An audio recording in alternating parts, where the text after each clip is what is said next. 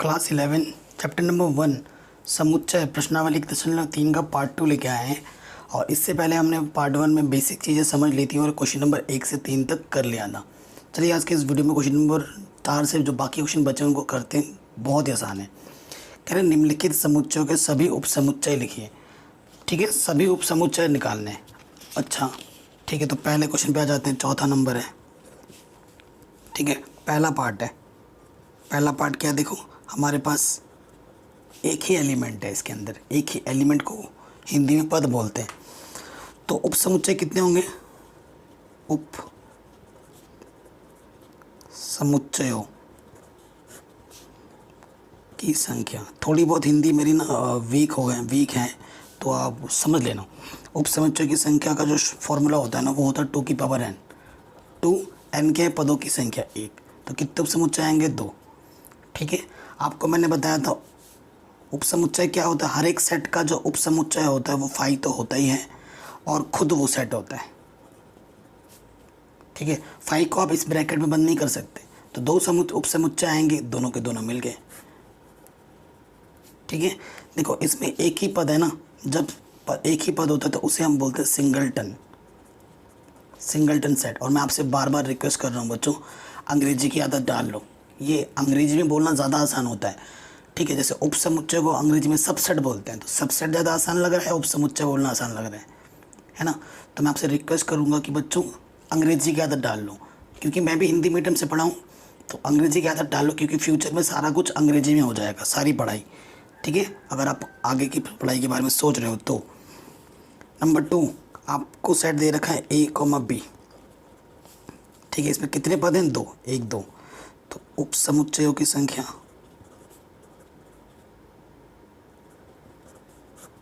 उप समुच्चयों की संख्या सूत्र क्या होता है? 2 की पावर n। पद कितने हैं? 2। ठीक है, n क्या है यहाँ पर? 2 है, तो 4 आएगा। तो 4 उप समुच्चय होंगे, एक तो फाई होगा और एक वही खुद का उप समुच्चय खुद ही होता है। ठीक है, अब एक एक करके ले लो। एक बार ए ले लिया, एक बार बी ले लिया, 1 2 3 4। ठीक है, आराम से हो गया। तीसरे वाले पार्ट पे आ जाओ। तीसरे वाला पार्ट में क्या है? 1 2 3। तो उप समुच्चयों की संख्या सूत्र 2 की पावर n। तो अब की बार कितने हैं? 3 यानी कि 8 होंगे। तो कौन कौन होगा? एक तो फाई होगा, एक खुद वही होगा। ये 2 तो होते ही होते हैं, फाई और खुद वही सेट। अब क्या करते हैं, एक एक करके ले लेते पद। एक एक पद लिया, तो कितने हो गए? 2 और 3 5 हो गए। अब 2 2 करके ले लो। 1 2 2 3 और 1 3, 8 हो गए। ठीक है, इनके अलावा और कुछ नहीं बन सकते। 2 3 या 3 2 बात एक ही है। इसमें ऑर्डर को हम आगे पीछे कर सकते हैं, पदों को आगे पीछे कर सकते हैं। ठीक है, उससे फ़र्क नहीं पड़ेगा। अगला क्वेश्चन है 5वां। ठीक है, चौथा भी एक दे रखा है, अब फाई। ठीक है, आपसे बोला है फाई का उपसमुच्चय क्या होगा? तो फाई का उपसमुच्चय फाई होता है। फाई का मतलब क्या है? पद कितने हैं यहाँ पर? 0 है। तो अगर आप सूत्र से भी देखें तो पता चल जाएगा। उपसमुच्चयों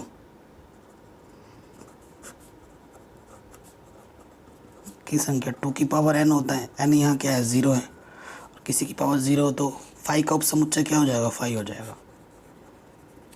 उपसमुच्चय की संख्या क्या आ जाएगी? फाई। ठीक है, अगले क्वेश्चन पे आ जाओ, 5वां। कह रहे PA के कितने अवयव हैं यदि A बराबर फाई हो? PA का मतलब क्या होता है? Power set. पावर सेट मतलब उप समुच्चयों की संख्या। उप समुच्चय जितने भी होते हैं ना, उनका कलेक्शन PA होता है। पहले वाले वीडियो में बताया था मैंने, PA क्या होता है? जितने भी उप समुच्चय होते हैं उनका एक साथ लिख देना, वो होता है PA, पावर सेट, है ना। सो देखो 5वां क्वेश्चन है, ए हमें क्या दे रखा है? फाई, यानी कि पद कितने हैं हमारे पास? 0। तो उप समुच्चयों की संख्या 2 की पावर 0 यानी कि 1। ठीक है, तो पी ए कितना हो जाएगा, अतः पावर सेट को अंग्रेजी में बोलते हैं, अतः लिखूंगा तो मैं घटा लिख दे रहा हूँ, देख रहे हो, अतः घात समुच्चय, ठीक है, पी ए का मतलब क्या होता है, घात समुच्चय, कितना होगा, 1 होगा, ठीक है, मतलब वही 5 होगा, ये आपका आंसर आ जाएगा। छठे नंबर पे आ जाओ, बहुत ही आसान क्वेश्चन है, कह रहे निम्नलिखित को अंतराल रूप में लिखिए, अंतराल रूप में लिखना है, ये तो बड़ा ही आसान क्वेश्चन है, एकदम हलवा क्वेश्चन। देखो जब जब ये वाला अंतराल होगा ना तो ये सिंबल लगाओगे, और अगर ऐसा ऐसा कुछ होता है तो ये वाला लगाओगे, बस। अब पहले वाले में देख लो, यहाँ पर ये देखो क्या दे रखा है, ऐसे बोला है ना, मैं आपको पहले लिख के दिखाता हूँ, इधर ये वाला चिन्ह लगाए तो ये लग जाएगा -4, और कॉमा इधर ये वाला लगा 6 लिख के ये लग जाएगा, ठीक है, आराम से। अब सेकंड वाला में देख लो, इधर भी लेस देन, इधर भी 1 लगा पड़ा है तो ये आ जाएगा -12 और ये -10, इधर भी ये चिन्ह है, इधर भी ये चिन्ह लग जाएगा। तीसरे वाले पे आके देख लो, 0 पे डबल है ना, ये इस चिन्ह लगा पड़ा 0 और 7 लिखो, पहले 0 पे ये चिन्ह लगेगा और 7 पे ये, ठीक है। चौथे वाले पे लिख दो, 3 और 4 है, दोनों पे ये इस तरीके के चिन्ह लगे हैं तो ये और ये लग जाएगा, आंसर फटाक से बन गया। अगला जो क्वेश्चन है बच्चों उसे देख लीजिए आप। अगला जो क्वेश्चन है वो हमें अंतराल इंटरवल दे रखा है और इस रूप में बनाना है, तो बहुत ही आसान है। पहले वाला देखो, बस ऐसे लिखना है, क्या बोल रहा है, निम्नलिखित अंतरालों को समुच्चय निर्माण में लिखिए। तो जैसे ये समुच्चय निर्माण में था, अंतराल बनाया था, अब अंतराल दे रखा है, समुच्चय में बनाना है, तो ऐसे लिखो, x कहाँ से आ रहा है, x में एक ऐसा संबंध है कि x r से आ रहा है, r का मतलब वास्तविक संख्या से आ रहा है, और x का जो मान है देखो यहाँ दोनों तरफ ओपन लगा पड़ा है, तो ये 0 और -3 से बड़ा है, 0 से छोटा है, -3 से बड़ा है, ठीक है। सेकंड वाले में क्या हो जाएगा, देखो दोनों तरफ इस ये वाला चिन्ह है तो ऐसा चिन्ह लगेगा दोनों तरफ, इधर 12 आ जाएगा और इधर 6 आ जाएगा, सीधी सी बात है। फिर देखो इसमें थर्ड वाले में क्या हो जाएगा, x में ऐसा संबंध है कि x r से आ रहा है, 6 पे ओपन है तो ये वाला चिन्ह लगेगा, और यहाँ पर क्लोज है तो ये वाला चिन्ह लगेगा, है ना। फिर देखो चौथे वाले पे आ जाओ, इसका बन जाएगा x में ऐसा संबंध है कि x r से आ रहा है, यहाँ -23 क्या क्लोज है, क्लोज लगा दिया, यहाँ x और यहाँ पर ओपन है तो यहाँ पर एक ही चिन्ह आ जाएगा, आराम से बन गया, ठीक है, हो गया आराम से। 8वें क्वेश्चन पे आ जाओ, कह रहे निम्नलिखित में से प्रत्येक के लिए आप कौन सा सार्वत्रिक समुच्चय प्रस्तावित करेंगे, कि कौन सा सार्वत्रिक समुच्चय होगा। समकोण त्रिभुजों का समुच्चय, समद्विभाज त्रिभुजों का समुच्चय, ठीक है, मतलब इसके लिए सार्वत्रिक समुच्चय क्या होगा और इसके लिए सार्वत्रिक समुच्चय क्या होगा। देखो दोनों के लिए एक ही आंसर होगा। समकोण त्रिभुज मतलब एक पर्टिकुलर, और अगर मैं इधर ले लेता हूँ त्रिभुज, त्रिभुजों का समुच्चय अगर मैं ले लेता हूँ, है ना, त्रिभुजों का समुच्चय मैंने ले लिया, इसमें आपका समकोण, विषमबाहु त्रिभुज, समबाहु त्रिभुज, हर प्रकार के त्रिभुज है इसमें, और इधर सिर्फ क्या है, समकोण त्रिभुज, तो ये इसका सबसेट हो जाएगा, ये चीज़ इसके अंदर आ जाएगी ना।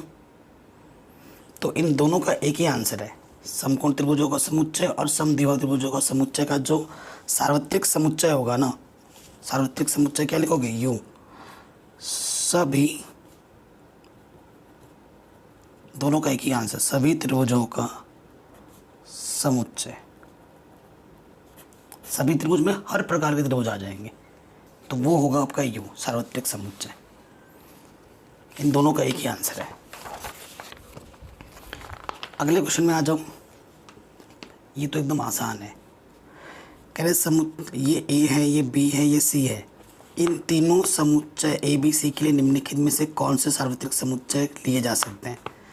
सार्वत्रिक समुच्चय वही होगा जिसमें ए के सारे पद हों, बी के सारे पद हों और सी के भी सारे पद हों। कोई पद अगर एक्स्ट्रा हो रहा है तो कोई दिक्कत नहीं है। देखो यहाँ पर 1 है, 2 है, 3 है, 4 है, 5 है, 6 है, 7 है, 8 है, पर 0 नहीं है। ठीक है, ये तो होगा नहीं क्योंकि 6 तक है, 7 8 है ही नहीं, इसमें 5 तो होगा ही नहीं। 5 का मतलब रिक्त समुच्चय। इसमें सारे पद थे, सिर्फ 0 नहीं था। इसमें देखो 0 भी है, 0 से लेकर 8 तक है और एक्स्ट्रा भी है। तो सार्वत्रिक समुच्चय क्या होगा? तीसरा होगा इसका। क्या लिखोगे?